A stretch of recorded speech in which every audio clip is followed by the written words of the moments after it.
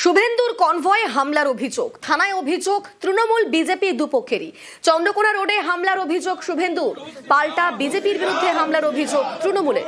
তৃণমূল পঞ্চায়েতের নেতাকে মারধরের অভিযোগ খতিয়ে দেখা হচ্ছে, মন্তব্য পুলিশ সুপারের।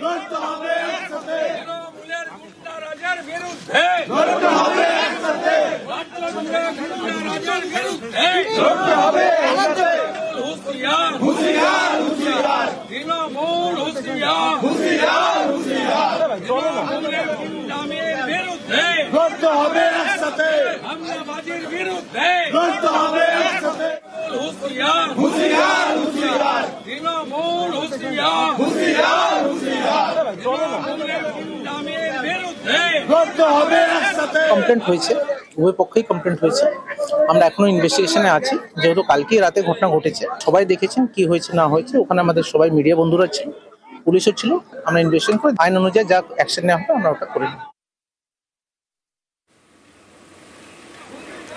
ভোটমুখী বাংলা, এখনো পর্যন্ত ভোটের ঘোষণা হয়নি, কিন্তু তার আগেই কেন্দ্রীয় বাহিনীর সওয়াল সুকান্তর। ভোট ঘোষণার আগেই কেন্দ্রীয় বাহিনীর দাবি, এখন থেকেই সিআরপিএফ এর দাবি সুকান্তর।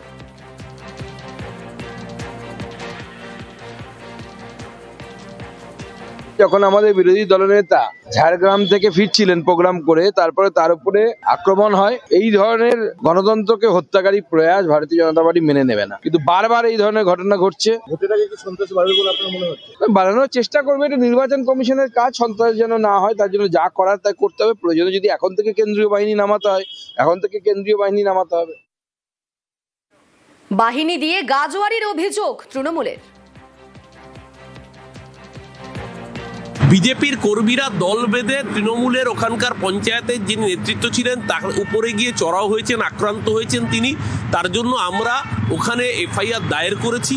আমরা দোষীদের বিরুদ্ধে দৃষ্টান্তমূলক শাস্তি চাই, অবিলম্বে তাদের বিরুদ্ধে খুনের মামলা জারি করতে হবে। আর কোনো বাহিনী তো বাকি নেই। গতবার প্রায় 900 কোম্পানি সিআরপিএফ এনেছিল, এবার বাহিনী কোথা থেকে আনবে? রাষ্ট্রপুঞ্জের পিস কিপিং ফোর্স। ভোট বাহিনী দেবে না, ভোট দেবে বাংলার মানুষ। এখন সেন্ট্রাল ফোর্স দিয়ে গাজোয়ারি করতে গেলে বাংলার মানুষ রুখে দাঁড়াবে।